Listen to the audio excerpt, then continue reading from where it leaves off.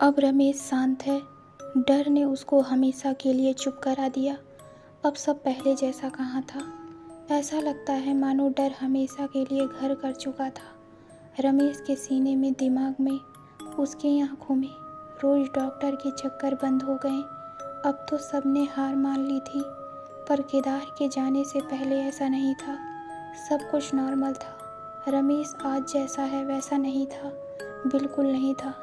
ये तब की बात है जब रमेश एक स्टील प्लांट में नौकरी करता था। प्लांट काफ़ी बड़ा था, जॉब करने वाले लोग भी बहुत थे।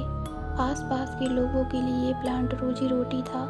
इसी के चलते रमेश भी शादी के बारे में सोचने लगा था। पिछले ही साल उसने अपना पुराना मिट्टी का घर तोड़ के पक्का मकान बनवाया था। रमेश और केदार साथ में आते जाते थे, कभी साथ में उनकी शिफ्ट भी होती थी। केदार उसके चाचा का लड़का था, वो पास में ही रहता था।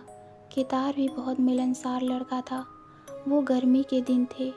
आज दोनों दोपहर की शिफ्ट में काम कर रहे थे। केदार रमेश से, अरे रमेश, तू कंट्रोल रूम में जा, मैं साइट पे देख के आता हूँ, देखता हूँ सब ठीक है क्या वहाँ। रमेश बोला, हाँ यार, ये लेबर ध्यान नहीं देते और बॉस हमको गाली देगा, इसलिए खुद से देख लो सब कन्वेयर बेल्ट सही तो हैं।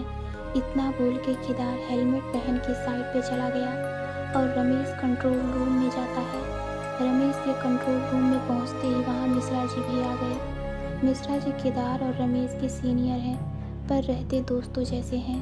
अरे बाबू रमेश, पहले मिठाई खाओ यार। मिश्रा जी मिठाई का पैकेट खोलते हैं।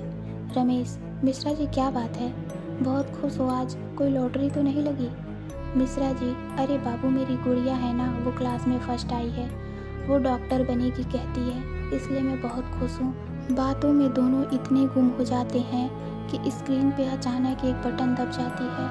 वहाँ साइड पे केदार जहाँ खड़ा था, वहाँ का गर्म डस्ट का चेबर खुल जाता है और डस्ट नीचे गिरती है।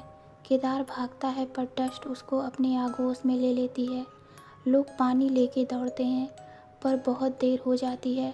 केदार का शरीर पूरा गल जाता है। उसको दबे हुए डस्ट से बाहर निकालते ही उसका गला हुआ शरीर देखकर रमेश बेहोश हो जाता है।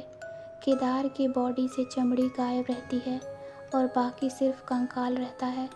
ऐसे हादसे यहाँ अक्सर होते थे, पर आज ऐसा होगा पता नहीं था। इधर हॉस्पिटल में रमेश को होश आता है। मिश्रा जी और रमेश के घर वाले वहाँ होते हैं। उनको देखते ही रमेश रोने लगता है।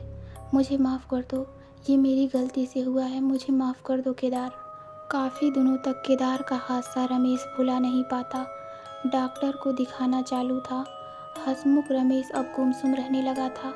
प्लांट जाता था पर वो बात याद आती थी तो डर जाता था।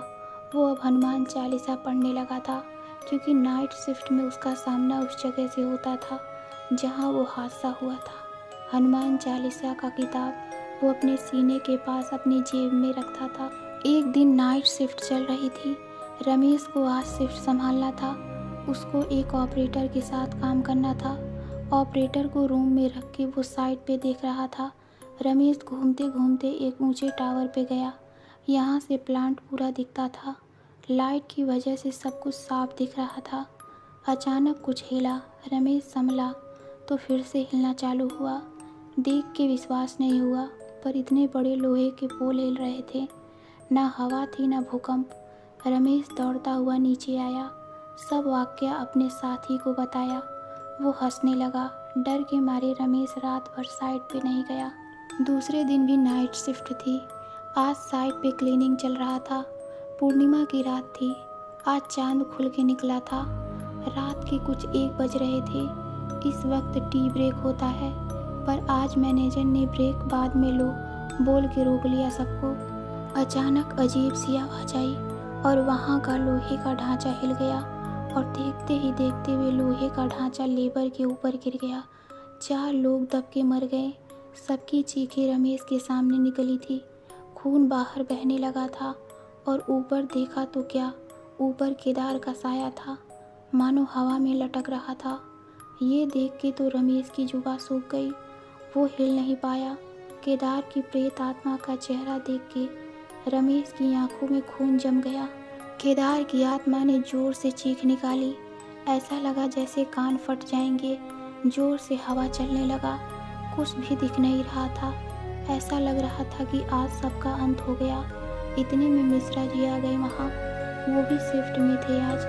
अब केदार की आत्मा ने अपना रुख मिश्रा जी की तरफ मोड़ा। मिश्रा जी कुछ करते कि उनके ऊपर बड़ा सा लोहे का रॉड आके लगा। वो वहीं ख़त्म हो गए।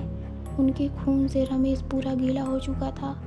इतने में वहाँ सिक्योरिटी वाले आ गए। वो खूनी मंजर देख के उनकी भी सांसें रुक सी गई। उन्होंने रमेश को वहाँ से उठाया और उसे अंदर ले गए। बाद में पुलिस पहुँची वहाँ। केदार की रूह अब लोगों को मारने लगी थी। वो बहुत गुस्से में थी। उस रात को शायद रमेश का नंबर था, पर रमेश बच गया और वो बेचारे लेबर मारे गए। मौत का साया मंडरा रहा था सब पर। रमेश को अब दूसरे दिन होश आया तो उसने खुद को हॉस्पिटल में पाया।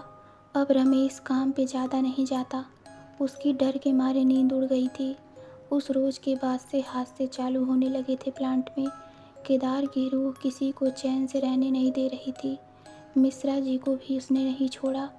शायद केदार की रूह सबको उसकी मौत का जिम्मेदार मानती थी। अब प्लांट बंद है। सुना है वहाँ होम हवन चल रहा था। पूरा 7 दिन चला पूजा पाठ, पर उसके बाद भी वहाँ काम ना हो सका। कुछ दिन बाद ही मालिक की अचानक मौत हो गई। लोगों का कहना है कि उसको भी केदार की रूह ने मारा। कुछ सुराग हाथ नहीं लगा अभी तक। रमेश अब पागल सा हो चुका था। कुछ बोलता नहीं। डर हमेशा उसकी आंखों में होता, मानो उसने खुद की मौत देखी हो।